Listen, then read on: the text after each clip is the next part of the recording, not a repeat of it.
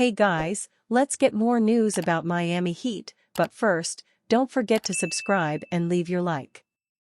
Grading Heat players after double OT 118-123 loss to Kings. DeMar DeRozan scored 9 of Sacramento's 11 points in the second overtime, powering the Kings to a 123-118 victory over the Miami Heat on Monday night and extending their winning streak to a season-high 5 games under interim coach Doug Christie. The Kings, playing with renewed energy under Christie, showed grit in overcoming a tied game at the end of regulation, 102-102, and the first overtime, 112-112. Miami's Jamie Jaquez Jr. also notched a triple-double with 16 points, 12 rebounds, and 10 assists, while Tyler Herro led the Heat with 26 points. However, Herro's costly 8-second violation late in the fourth quarter and Jaquez's missed free throws with 3 seconds left in the first overtime gave Sacramento the needed opportunities. Terry Rozier added 18 points, and Haywood Highsmith contributed 14 for Miami, who remain winless in 3 overtime road games this season. The turning point came in the second overtime when DeRozan took over, hitting a key three-pointer and 3 step-back jumpers that stunned the Heat. The Heat, now 4-7 without Jimmy Butler this season, struggled in the clutch, marking a disappointing end to an otherwise competitive game. Following a frustrating result, let's grade the Heat players for their performances in this hotly contested matchup. Tyler Herro led the Heat with 26 points and added 7 rebounds and 4 assists in 49 minutes of action. He was aggressive offensively, hitting 11 of 25 shots, including 4 of 10 from deep. While Herro's shooting kept Miami in the game, his critical 8-second violation late in regulation hurt the Heat's chances in a tightly contested matchup. Despite the mistake, his scoring output and leadership were evident throughout. Jaquez had an impressive triple-double with 16 points, 12 rebounds, and 10 assists while contributing 5 steals and a block.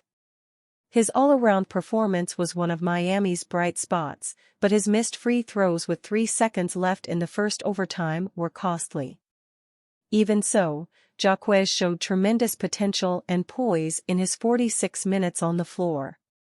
Rozier scored 18 points and grabbed 7 rebounds, complementing his efforts with 3 assists and a steal. He was steady at the free throw line, going 4 for 4, but his shooting efficiency, 6 of 15 FG, 2 of 8 3-points, left room for improvement.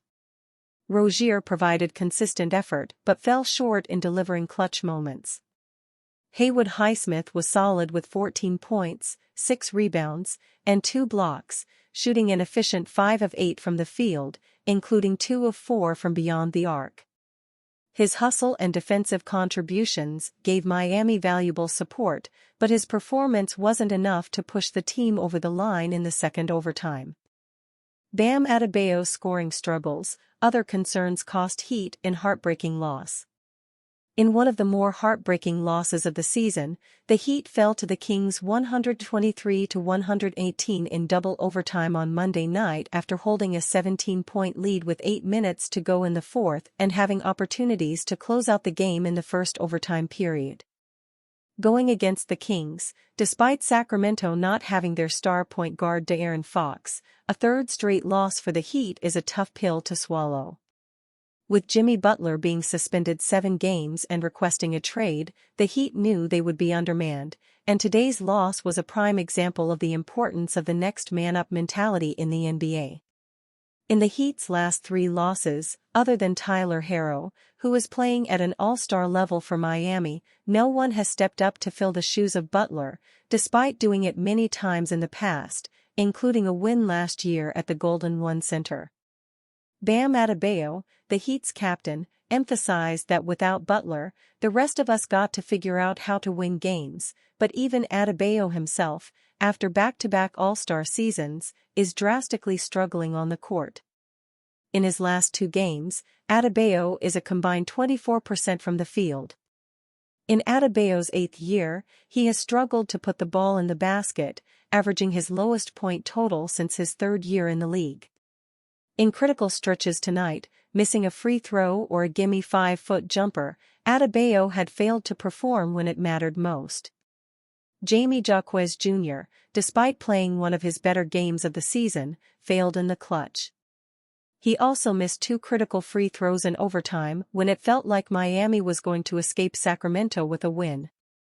Those missed free throws gave the Kings one last chance to force double overtime, and Keon Ellis helped the Kings do just that, getting to the foul line and tying the game at 112. Another glaring and obvious issue was rebounding. The Heat gave up 18 offensive rebounds to the Kings, which allowed Sacramento to get second-chance points on crucial possessions at the end of regulation and overtime periods.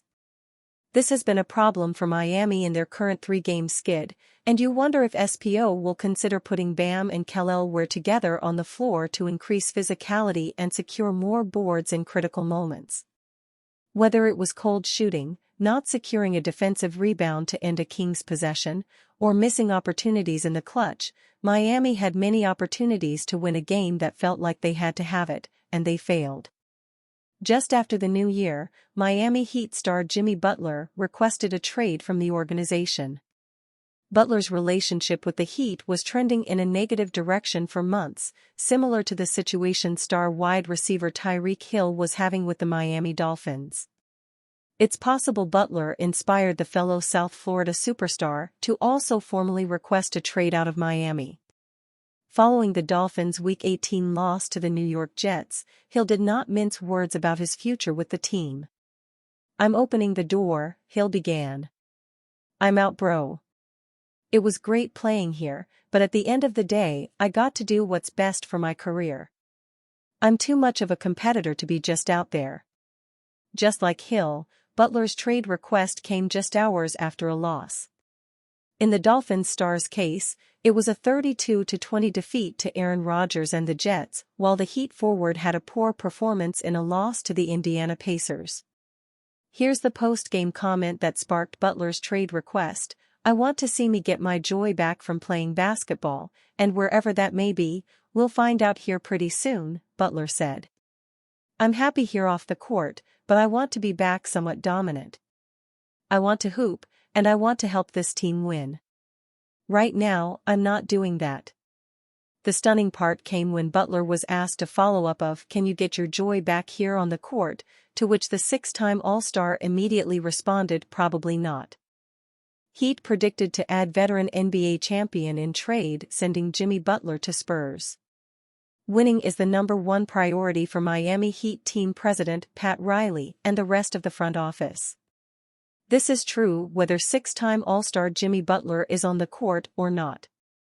Odds are, the Heat will be looking to contend without Butler in the near future, but instead, the win-now-return package Riley is truly happy with. One of the top criteria for a win-now player is to have experience winning, which is what the San Antonio Spurs could send in return for the 35-year-old. Fansided predicted the following trade could take place between the Heat and Spurs, landing a veteran NBA champion in Miami. Spurs receive Jimmy Butler, Josh Richardson. Heat receive Harrison Barnes, Keldon Johnson, Malaki Branham, 2025 first-round pick, 2027 first-round pick. The reality is that although all 3 of these Spurs players can make an immediate impact in the Heat's rotation, better offers should come forth. Barnes remains a consistent rotational piece while Johnson and Branham could develop into truly promising pieces, but this package does not keep Miami in the hunt for a title. Instead, the Heat should look to negotiate a 3-team trade that brings back a player the caliber of Sacramento Kings De'Aaron Fox or New Orleans Pelicans Brandon Ingram. And you, fan? What do you think of the situation of De'Aaron Fox? Leave your opinion in the comments.